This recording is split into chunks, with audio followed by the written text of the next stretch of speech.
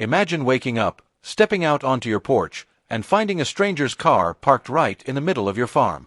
Not broken down, not abandoned, just sitting there like your land suddenly turned into a free parking lot.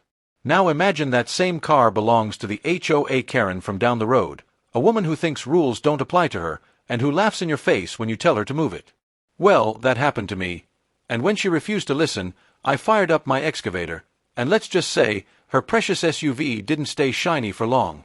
Some days start with peace. The sky is clear, the air feels crisp, and the farm is alive with nothing but the hum of nature.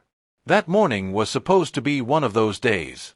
I stepped outside with my coffee in hand, ready to check the soil I had worked so hard to prepare. But when I looked across my field, the sight nearly made me spit out my drink. Right there, in the middle of my freshly plowed farmland, sat a glossy black SUV. It wasn't broken down. It wasn't stranded. It was parked, deliberately, like someone thought my farm was a public parking lot. I walked closer, confused, half thinking maybe a stranger needed help. But then the door opened, and out stepped none other than Karen. Now, let me paint you a picture. Karen is the kind of neighbor who thinks rules don't apply to her. She lives in one of those polished HOA neighborhoods down the road, where lawns are trimmed with rulers and fences all match. She's used to telling everyone what to do and actually getting away with it. And from the look on her face, she thought she was doing me a favor. "Morning," she called, adjusting her oversized sunglasses like she was walking a runway. Her heels immediately sank into my soft soil, but she didn't even notice. "I hope you don't mind. I just needed somewhere to park.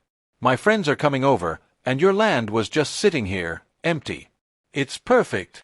I blinked at her, trying to process the audacity. "Ma'am, this is my farm. It's private property. You can't just park here." She waved her hand dismissively, as if I'd told her it might rain. "Relax. It's temporary. I'll move it later." And with that, she strutted away, leaving her shiny SUV smack in the middle of my field like it was her personal driveway. I stood there in disbelief. That was the moment I realized I wasn't dealing with a simple misunderstanding. I was dealing with a Karen. The next morning, I expected the car to be gone. Instead, I nearly dropped my coffee all over my boots.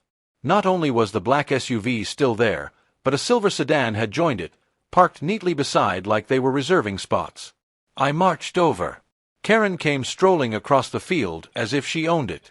"Oh hey," she said cheerfully. "I told my friend she could park here too. Hope that's okay." I clenched my jaw. "No, it's not okay. This is my farmland. Not your guest parking." Karen smirked and folded her arms. "Don't be so uptight. You've got all this land, and you're hardly using it. Honestly, I'm helping you out, making it look useful." "Useful?" I snapped. "This is where I plant crops. Your cars are destroying the soil." She rolled her eyes like I was being dramatic. "Oh please. It's just dirt. You should be supporting the community by letting us use it. Besides, my HOA doesn't allow overflow parking on our street. So technically, I'm solving a neighborhood problem." That's when I realized she wasn't just trespassing. She genuinely believed she was entitled to my property. Over the next week, it escalated. By Saturday, there were 6 cars scattered across my farm. SUVs, trucks, even a minivan. Tire ruts cut deep into the soil I had spent weeks preparing. Some seedlings I had planted were trampled beyond saving. I put up private property signs. They vanished overnight. I stacked hay bales to block the entrance. Karen called in reinforcements, and together they shoved them aside like it was some kind of game. When I confronted her again, she leaned in close and whispered, "Listen, my HOA makes the rules around here, and people listen to me. You really don't want to make this difficult for yourself." I stared at her, dumbfounded. "Karen, I'm not part of your HOA. You don't control this land." She smiled smugly. "We'll see about that." That's when I knew this wasn't just ignorance. This was arrogance, and she wasn't going to stop unless I did something about it. For a while, I tried to stay calm. I told myself she'd get bored. Maybe her friends would stop coming. But it only got worse. Every day, more cars. Every day, more damage. I couldn't drive my tractor without weaving around vehicles. I couldn't water the crops without spraying someone's windshield. And the worst part? Karen strutted around like a queen inspecting her kingdom. I overheard her bragging one afternoon. "Don't worry, he won't do anything. Farmers like him are too scared of confrontation. Honestly, it's like he should be paying me for making his land look important." That was the last straw. My patience was gone. I wasn't scared of confrontation.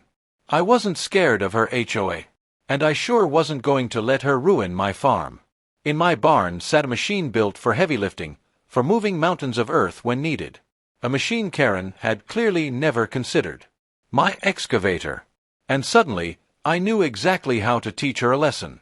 The next morning, I skipped breakfast. I skipped coffee. I had one goal. I climbed into the excavator, turned the key, and the engine roared like a beast awakening from its slumber. Slowly, deliberately, I drove it out of the barn and into the field. Karen's SUV was there, gleaming in the sunlight. She must have heard the machine coming, because she came running out of her house, screaming, "What are you doing?" "Stop. That's my car." I leaned out of the cab. "You had your chance to move it. Now I'm moving it for you. You can't touch it. That's illegal. That's private property," she screeched. I grinned. "Funny, you didn't care about private property when you parked it here." And then I lowered the bucket into the soil beside her car and began to dig. The ground shook as the excavator tore into the earth. Dirt flew in every direction. Karen shrieked, but I didn't stop. Within minutes, a massive pit had formed. The SUV teetered on the edge, tires losing their grip. And then, slowly, almost gracefully, it tipped forward. The front end slid into the pit, the back tires spun helplessly, and with one final lurch, the car sank halfway into the hole. Karen's jaw dropped. Her precious luxury vehicle was buried nose first in the ground like a fossil waiting to be discovered. She screamed. She cursed. She threatened lawsuits, prison time, the wrath of her HOA. But I just shut off the excavator, climbed down, and dusted off my hands. "There," I said. "Problem solved." Karen called the cops, of course. She was practically foaming at the mouth when they arrived. "Arrest him. He destroyed my car." The officers listened, looked at the car, then looked at me. After a few minutes, one of them shook his head. "Ma'am, your vehicle was parked on his private property without permission. He had the right to remove it. This isn't a criminal matter, it's a civil one. You'll have to take it up with a tow company." Karen's face went pale. She tried arguing, but the officers weren't budging. They left, leaving her standing in the dirt with a half-buried SUV. It took her 3 days and a very expensive tow company to dig it out. Rumor has it the damage cost her thousands. And after that, Karen never parked on my land again. She doesn't even drive past my farm anymore. As for me, my fields are peaceful again. And I learned something valuable. Some people only understand consequences. And sometimes, the best way to deliver those consequences is with an excavator.